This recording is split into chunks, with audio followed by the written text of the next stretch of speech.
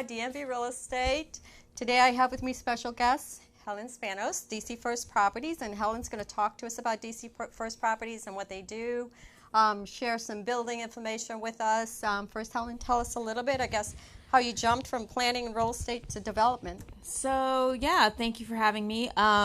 So prior to working with DC First Properties, I was working in event planning for 10 years. Mm-hmm. So I spent the last 10 plus years planning events throughout the DC area, which is great because it gives you that knowledge of like organization and, the real like regulated like rules and steps to what you're doing. So I feel like construction has a lot to do with the same processes. So, event planning's been great. I still do it sometimes on the side. So you do both? Oh, yeah, okay. I try to, only because I have some clients that wouldn't let me leave. So I'm so I try and like please everybody. Both, but so DC First Properties has been a great transition. I've actually always had a passion for building and real estate.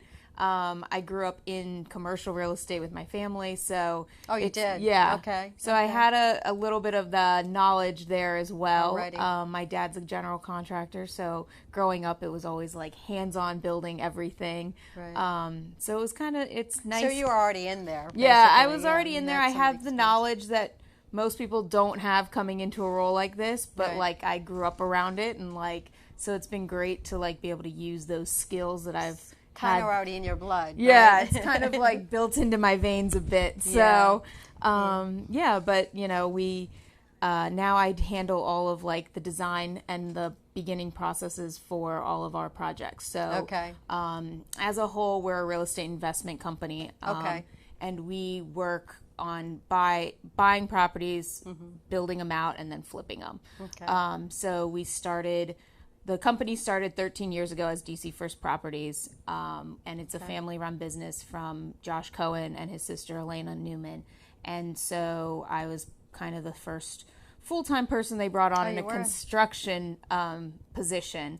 So prior to that, Josh has a Class A license that he is able to build out all of our projects with, and then I was brought on to assist him in the field with all of the construction work. So it's been a learning process, to say the least, but we keep it moving, and there's still things that we're adjusting and changing day in and day out, but for the most part it's been kind of like a solid family business. That's good. Business that allows us to grow in whatever way we want to, which is nice. You have the control. Exactly. Which is great. Yeah. So, you guys have a lot going on right now. I know you have a lot going on. Yeah, we have about like 8 projects going on right now, and more in the works. That's exciting, right? That's really exciting. And our name has grown in the area. So we mostly focus in Falls Church, Fairfax County region, but our name has grown. So now we're getting calls for people that just want us to come do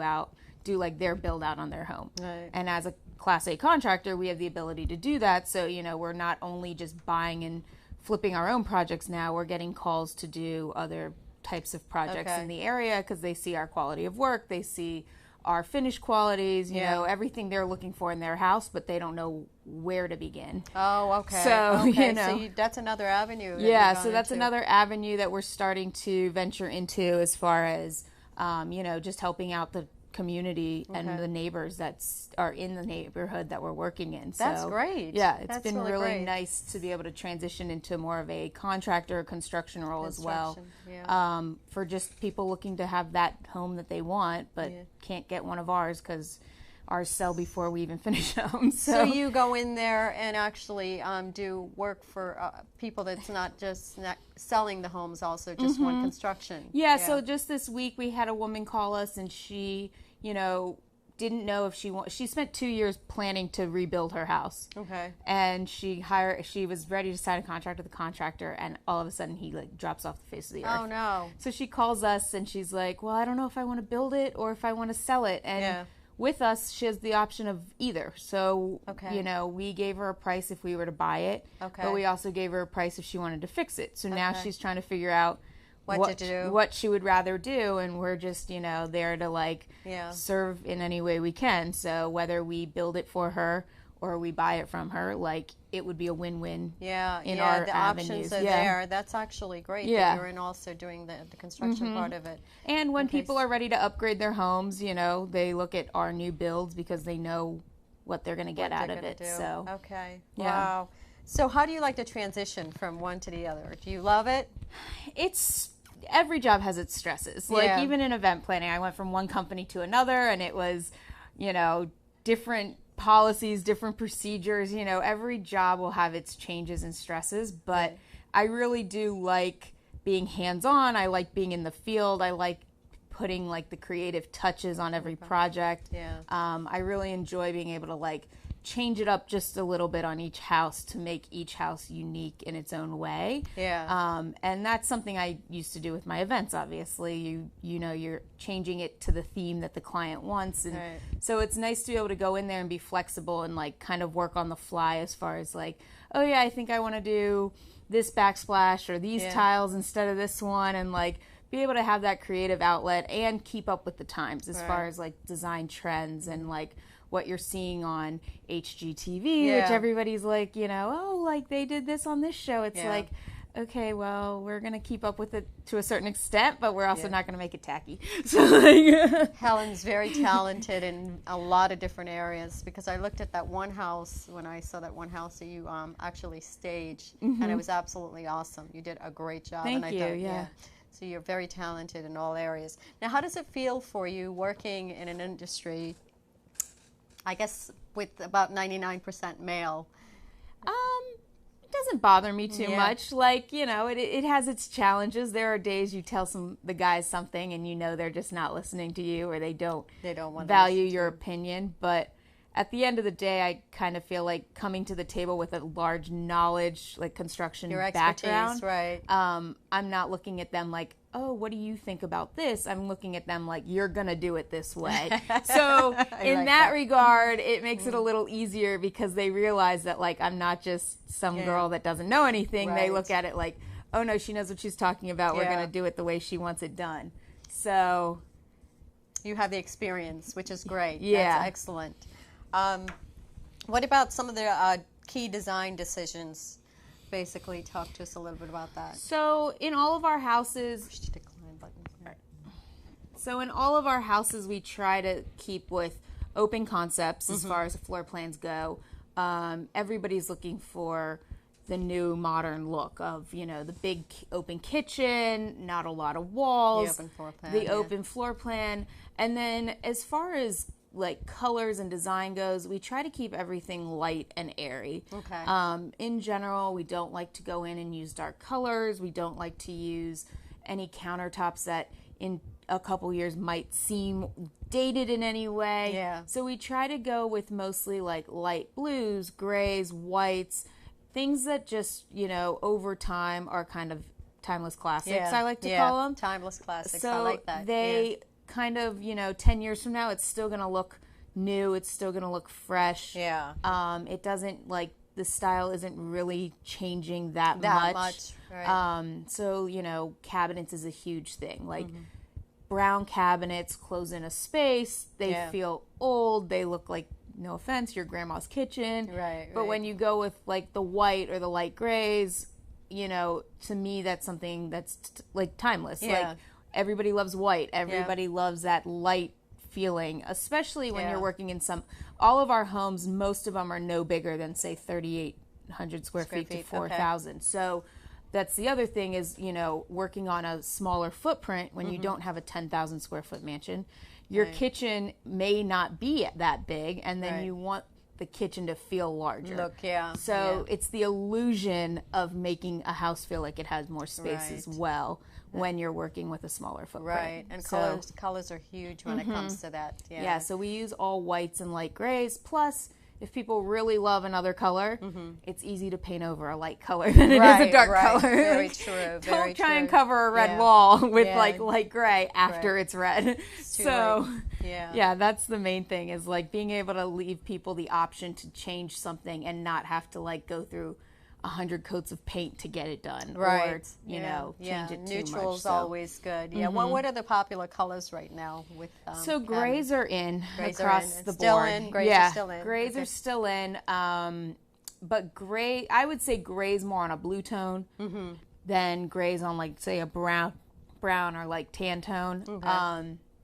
And it's funny, not until you go to a paint store and look at like a color wall of different 800 colors, grays, so, do yeah. you realize like, oh yeah, that's definitely more brown and that's more blue and that's more purple and that's more pink. So, yeah, I mean, that's the one thing is like, you have a lot of contractors, they're like, oh, we're going to use this color. And then you see it and you're like, No. that's not very attractive. That's just not a great color to use. Yeah. So, yeah, it's just a matter of like, you know, and then tying everything together, of course. So Right, you with want to everything make else. sure like whatever colors you're using on your walls are tying in with say your bathrooms and, Right. you know, other rooms in your house. So it just, you know, we like to kind of keep standard throughout the home, but we do switch up, say like the design in the bathroom, our layouts, you know, different things change a little bit with each project. But but in general, like tile selections are pretty standard, and you know, countertops, again, we use like a pure white countertop. countertops, yeah. So Granite? we're actually using siltstone. Oh, okay. Yeah. Okay. So okay. it's a little bit more popular. It has like the pretty heavy gray veining through it. Yeah. So it allows, you know, again, it's that all white kitchen. Right. With a pop of color on the backsplash. Right.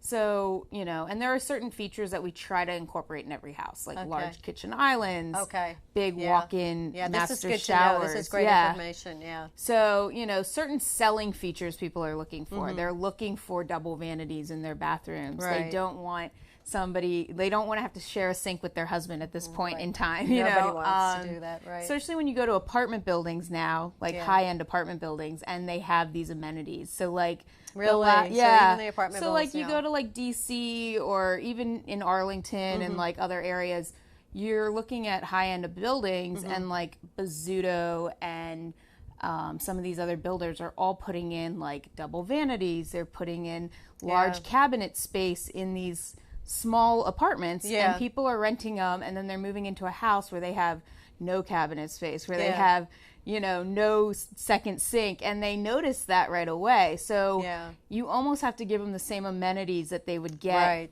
in their apartment in order to really entice them to want to buy your property. So when they walk in and they feel like, oh yeah, this like has that feel, and I don't feel like I'm downgrading to live here, they are more likely to put, you know, an offer in on one of the properties. So. And this is pretty much standard on all the properties that you build. Yeah, all of ours. So, you know, secondary bathrooms, we work in like at least one bathtub, but in general, we like to do like stand-up showers. Okay. You know, it's little things like that where people see the quality difference. Like I've gone to brand new homes and every single bathroom had a tub in it. Yeah. And I'm like, well, that's not really. You don't need it. Yeah, you don't need it. You feel like it's a closed-in space. You've got curtains in every like bathroom. So having that seamless shower glass door that just opens up the space and allows you to like feel like you're an adult, you know, makes all the difference when you're looking at a house. Yeah.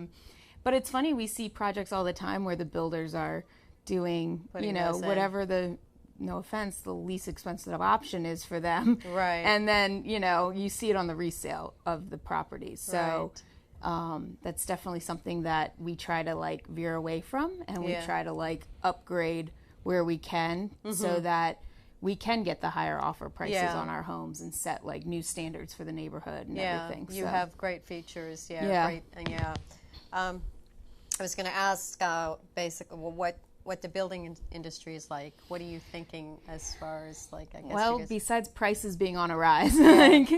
So there's no like, I'm going to fix a kitchen and a bathroom for $10K anymore. There's no, I think that's one of the biggest struggles we find with sellers is that everybody thinks for like $50K they can fix up their entire house. Right. And I'm like, if you call 3 contractors, that's not going to get you your one bathroom and your kitchen and one other space of your house. So I think in general on our end, like we see it every day, but I feel almost bad for homeowners that feel like, oh no, like 10 years ago I did this and it only cost me. I'm like, that was 10 years ago. Right? You should look at like 10 months ago because even from then to now, the prices have jumped up. So I think that's one thing where not so much the building and construction industry is at fault, but like buyer awareness needs to be improved a little on that end because some education.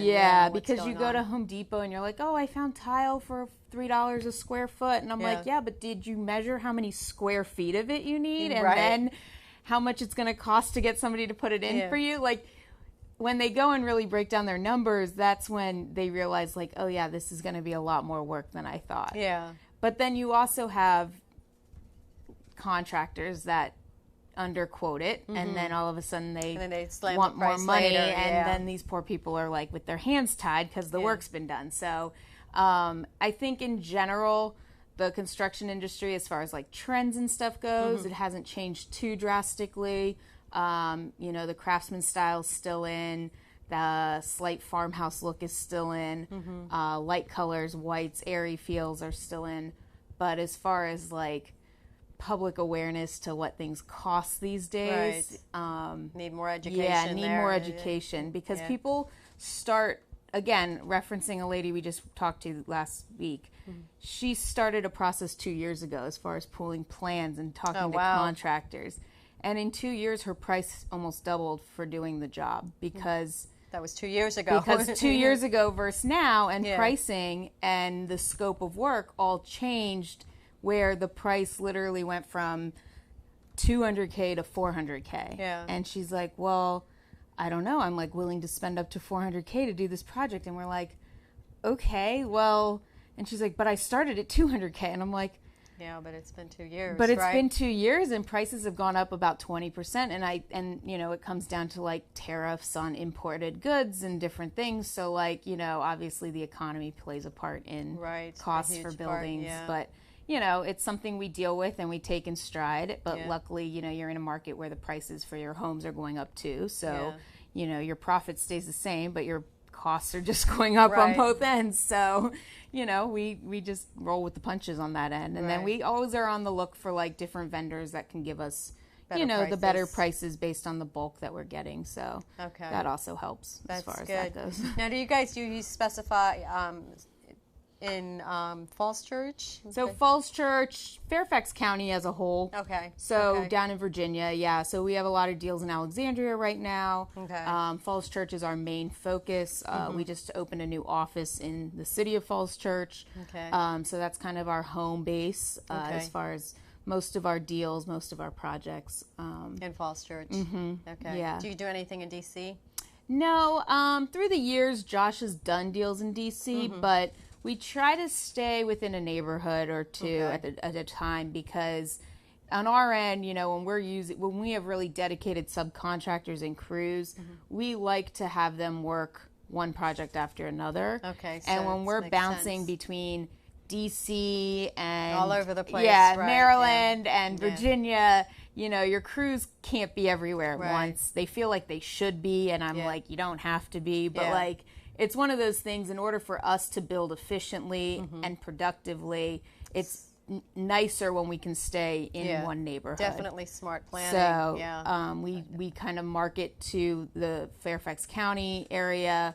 Again, most of our deals right now are Alexandria and Falls Church, so it makes it easy for our crews to move from one project to the next, but then run back if they need to as far as like finishing up something or doing something else. So we like to keep it kind of more central. And then on our end too, as like for me to like go check on the jobs, I don't want to spend 80 hours in the car driving all over creation to see and make sure things are getting done correctly.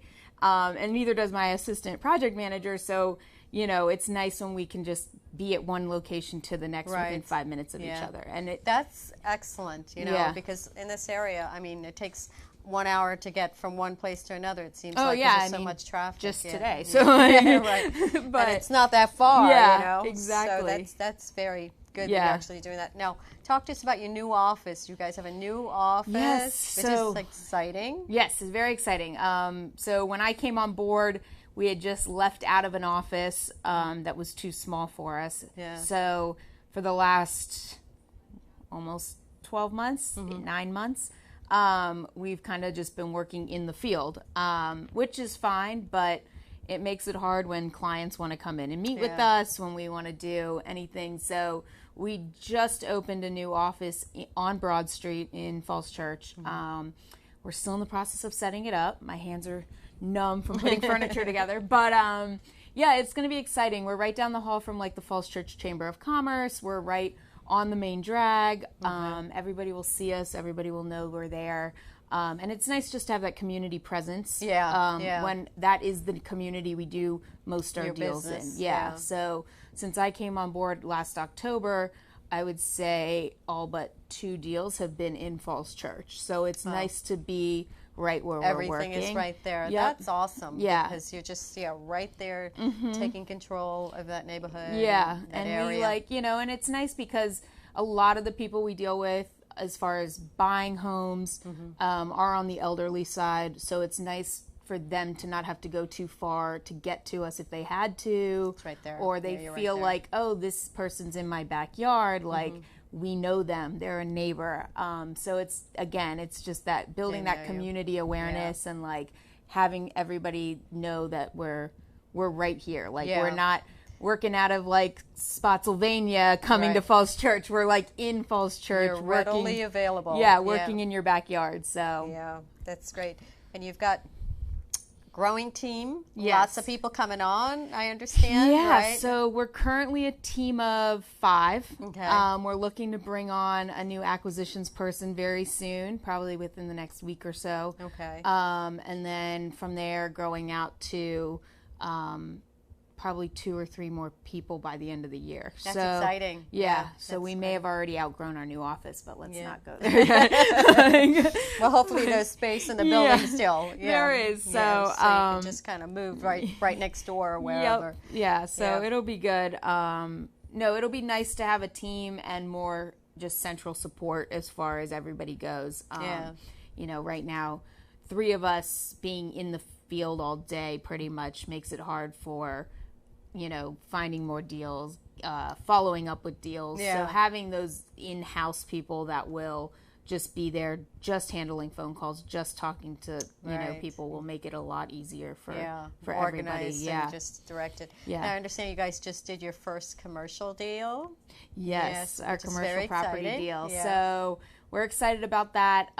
Again, I came from a commercial background as far as my family goes. So for me, it's like, oh, okay, great, a commercial deal. But in general, it is an exciting thing. It is nice to be able to put your name on something of that level rather than just saying residential deals. So it's down in Alexandria. It's a great location. And, we haven't exactly figured out what the plans are for the property yet because it's zoned commercial, but it currently, and up until we bought it, was just a residency. So trying to figure out what to do with it, the best fit for it. Okay. It's funny because one of the vendors we work with actually said they were looking to expand, and they're currently located across the street from it, and we didn't even realize it. So we may already have something in the works. Somebody but right there, that wants to just switch street sides over, and would be able to take over most of a building. But again, it's we just closed on it this week, so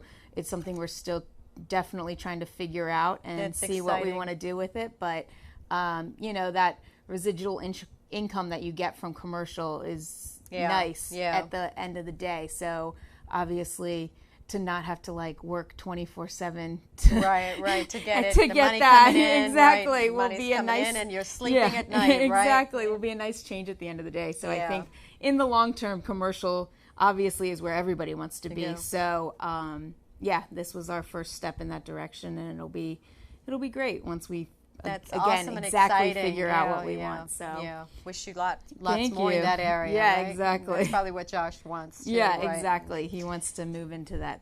Anything else you can share with us? Building. I know you do the designing. So staging. Yeah, I mean we have stagers, great stagers that we work with, but what I found is when you literally design a house from paper to ground up. Yeah. At the end of the day, you've the entire time thought about where you want certain pieces of furniture. You know the house. So so to have a stager come in and tell you, oh, I'll do this here and I'll do that there, and you're like, nope, that's not what I want. Like, that's the dining room. That doesn't that's work, the living. Like, so I stay very hands-on even through that process, and I make sure that even up until the staging, they're putting the beds on the correct walls. They're, bringing in pieces that will fit the space and not make it feel too small or make it feel too big even. So I normally walk with the realtors that we work with and the stagers and kind of tell them, like, where to do. This is what we want. This is the style we want. Like, and at the end of the day, I feel like they all turn out very well. So, but yeah. You should be doing that stuff yourself anyway. I know. Right? Yeah, you don't need to. Maybe that's what we'll do with the commercial space. Turn it into a staging warehouse. Don't know what Josh would think about that, yeah, right? He would hate me. There's no money coming in there if you do that. Yeah. We just need a small bit of the space. Right. So. Anything else that we didn't talk about as far as the actual process, what goes on DC First Properties? I mean, on our end, it's just a lot of upfront due diligence as far as our building process goes.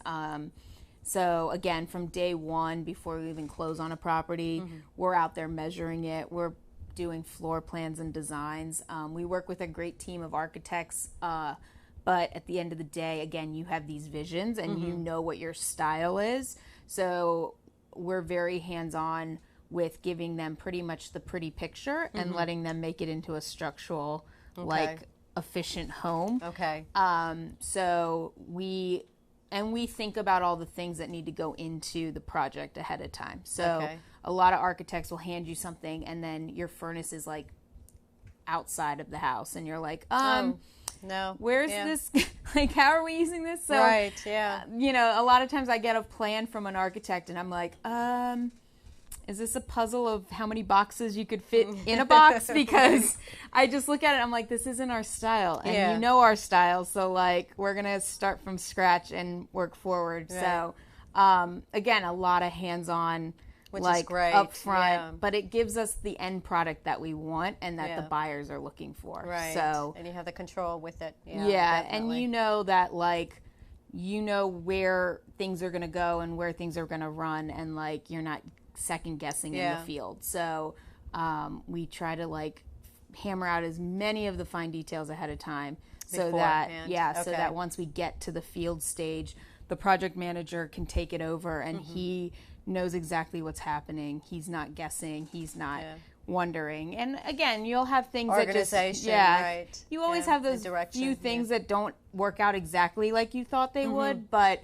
for the most part, you're dealing with, a few tweaks here and there, not major structural changes. So again, we're just very, like, upfront, like, and I say that for anybody doing a project, even if it's your own home, like, really look at, like, where your air conditioning's going to go, how your plumbing lines are going to be. Plan it out, really think about, am I going to have a bunch of water lines on my exterior walls? Because in the winter, that's not what you want. Right. Insulation or no insulation. Yeah. So those are all things to, like, keep in mind, even for a regular homeowner or people anybody. Don't think about those things. Yeah. So, and again, everybody wants that open floor plan. So whatever you can do to give them that open space is, kind of key. So you guys, like you said, you do both. You actually, with the homes in Falls Church, you have, because you do tear downs, a lot of tear downs. 90% of our homes are tear downs unless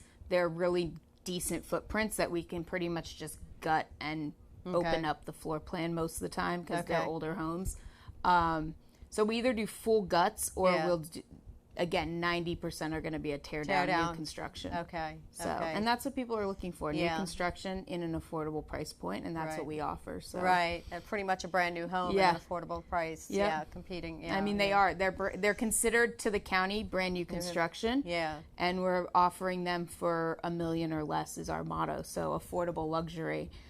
We give them the qualities and the features that they would find in, like, McLean or Vienna, but in a B plus neighborhood that is, you know, just under that $1 million price point. Yeah, so that's great. And a slightly smaller home, because who really needs 8,000 square feet of house at the end of the day as a 30-something-year-old couple with no kids? So right. Yeah. You grow into that size house. Right. Yeah. You actually don't need it at all. Yeah. So Helen Spanos, DC First Properties. Anything else you want to share? Phone number, just the website, DC First Properties. DCFirstProperties.com. Again, we're in Falls Church, West Broad Street, 417 West Broad Street. So, yeah, stop by. Doing some great things. Yeah, we're excited that you were with us today. Thank you so much. And we'll share some more with you, hopefully coming out in the field and looking at some of those properties. I know you guys had come and visited before. We've kind of gotten out of the ground on a lot of them, / sold a couple of them. So it's been about a while.